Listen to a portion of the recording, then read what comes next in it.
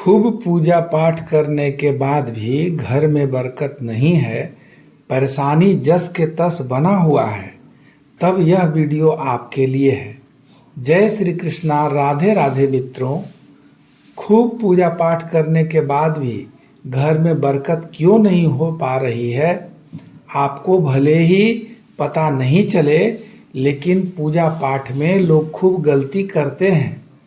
खासकर पढ़े लिखे लोग पूजा पाठ को हल्के में लेना चालू कर दिए हैं। कुछ तो ऐसी गलती कर बैठते हैं कि भगवान भी माफ नहीं कर पाते हैं। अक्सर बहुत से लोग यह कहते हैं कि मैं इतनी पूजा पाठ करती हूँ, लेकिन उसका संपूर्ण फल नहीं मिलता है। एक एक करके मैं सभी गलतियों को गिनवा दूंगा, लेकिन आपसे विनम्र निवेदन है कि वीडियो को अंत तक देखिएगा, तभी पता चल पाएगा। और यदि वीडियो थोड़ा भी पसंद आपको पड़े तो वीडियो को लाइक और शेयर जरूर कीजिएगा। कमेंट में राधे राधे जरूर लिख दीजिएगा। पहली बात, कुछ लोग पूजा करते समय जमीन पर ही बैठ जाते हैं, जो कि बिल्कुल गलत है। जिस तरह से आपने भगवान को बैठने के लिए आसन दिया है, ठीक उसी प्रकार कुश का या ऊनी कंबल का अपने लिए आसन बनाकर बैठिए। धर्मशास्त्र में कंबल और कुश के आसन को पूजा के लिए शुभ और उत्तम माना गया है। दूसरी बात, हमेशा ध्यान रखें कि भगवान का आसन फर्श से थोड़ा ऊंचा हो, क्योंकि हम सभी भगवान का बराबरी नहीं कर सकते, इसलिए उनका स्थान अपने आसन से थोड़ा ऊंचा रखना ही होगा। अच्छा, लोग ऐसा भी गलती करते हैं कि देवी देवता के मूर्तियों को दीवार से सटाकर रख देते हैं, जो सर्वथा गलत है।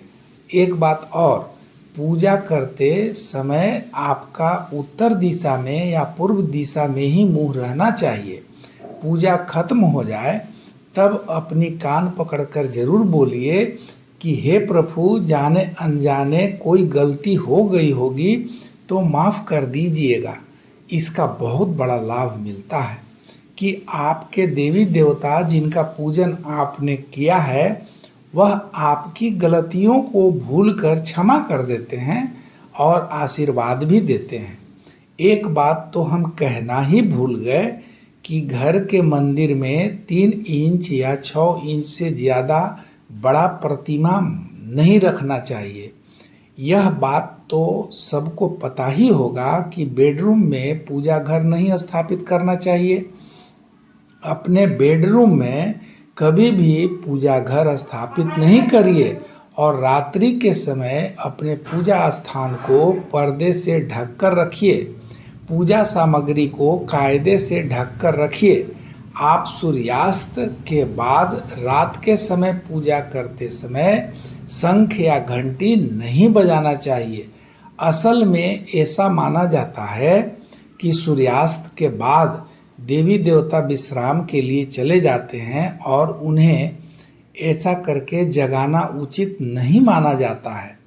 इसलिए यह जरूरी है कि सूर्यास्त के बाद घंटी और शंख बिल्कुल नहीं बजाएं।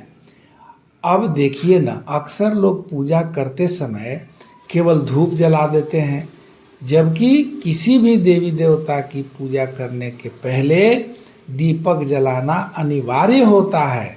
धर्मशास्त्र कहता है कि दीपक इस बात का साक्षी होता है कि हमने क्या क्या पूजन सामग्री चढ़ाया है और किस प्रकार पूजा किया है, हमारा भक्ति भाव क्या है। अगर आप पूजा करने से पहले दीपक नहीं जलाते हैं तो भगवान तक आपकी प्रार्थना कभी नहीं पहुंचेगी, ऐसा माना जाता है। अगरबत्ती के जगह धूप और दीपक का इस्तेमाल ज़्यादातर लोग बेहतर समझा जाता है, क्योंकि आज भी देहात में देखिएगा कि जो गृहस्थ परिवार है वह अगरबत्ती का कम इस्तेमाल करते हैं। दैनिक पूजा में मूर्तियों को बिना वस्त्र पहनाए पूजा ना करें। मतलब अपने देवी देवता को चादर से जरूर ढक कर रखें। प्रतिदिन के पूजा में 5 देवों का ध्यान जरूर करना चाहिए और सबसे पहले तो गणेश जी की पूजा से ही प्रारंभ करनी चाहिए। दैनिक पूजा में गणेश जी, लक्ष्मी जी का अगर पूजन कर लेते हैं, बाद में बाकी सभी देवी देवताओं का ध्यान करके पूजा संपन्न करें। कोई भी शुभ कार्य की शुरुआत में भगवान गणेश को प्रणाम करके ही किया जाता है। ऐसा माना गया है कि भगवान गणेश को प्रणाम किए बिना पूजा करने से विघ्न बाधा तो आएगा ही, आपको फल की भी प्राप्ति नहीं होगी। गीले कपड़ों में या भीगे बालों के साथ पूजा आरंभ ना करें। सबसे पहले तो अपने सर पर कुछ कपड़ा, आंचल हो या कंधे पर तौली हो या गमछी हो जरूर रख लें और पूरी तरह शांत चित्त होकर पूजा आरंभ करें। खुशी अवस्था में अगर कोई आ गया है मिलने या कोई काम है तो पहले आवश्यक काम कर लीजिए, तब निश्चिंत होकर पूजा करना प्रारंभ कीजिए। यही सबसे बड़ी सावधानी कहिए या धार्मिक निर्देश कहिए। देखिए, इस प्रकार से पूजा करने का वैज्ञानिक आधार भी है। भीगे बालों के साथ या भीगी वस्त्र में अगर आप पूजा करेंगे तो आप निश्चित रूप से अस्वस्थ हो जाएंगे। ठंड गर्म का असर तो हो ही सकता है, साथ साथ यह पूजा सकारात्मक पूजा नहीं मानी जाती है।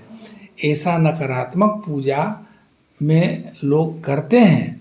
विशेष ध्यान देने वाली बात है, मैं आपको बता दे रहा हूँ, कभी भी भगवान को एक हाथ से प्रणाम नहीं करना चाहिए। दोनों हाथ को जोड़कर श्रद्धापूर्वक झुककर अपने मस्तिष्क में भगवान का चित्र देखते हुए प्रणाम कीजिए। लोग कभी कभी गलती कर बैठते हैं। मंदिर में घुसते वक्त जरूर घंटी बजाइए, लेकिन लौटने के क्रम में घंटी नहीं बजाना चाहिए। यह सीख लीजिए, बड़ा काम आएगा। ऐसा करने से मंदिर के सभी देवी देवताओं को संदेश चला जाता है कि मेरा कोई भक्त आया है। घर में भी पूजा करने वक्त घंटी बजाने से घर का पूरा वातावरण सकारात्मक से भर जाता है। एक विशेष प्रकार का भूल लोग बैठते हैं कि दीपक से दीपक जला देते हैं। ऐसा कभी नहीं करना चाहिए, इससे घर में रोग दोष आदि उत्पन्न हो जाता है। एक विशेष चीज भी मैं आपको बता दे रहा हूँ कि कुछ लोग नहाने के बाद फूल तोड़ते हैं। ऐसा करना सर्वथा गलत है। नहाने के बाद पूजा के लिए फूल नहीं तोड़ना चाहिए। नहाने से पहले ही आप फूल को तोड़ लीजिए, तब पूजा करने जाइए। धन्यवाद। आप सभी मेरे चैनल को सब्सक्राइब जरूर कर लें।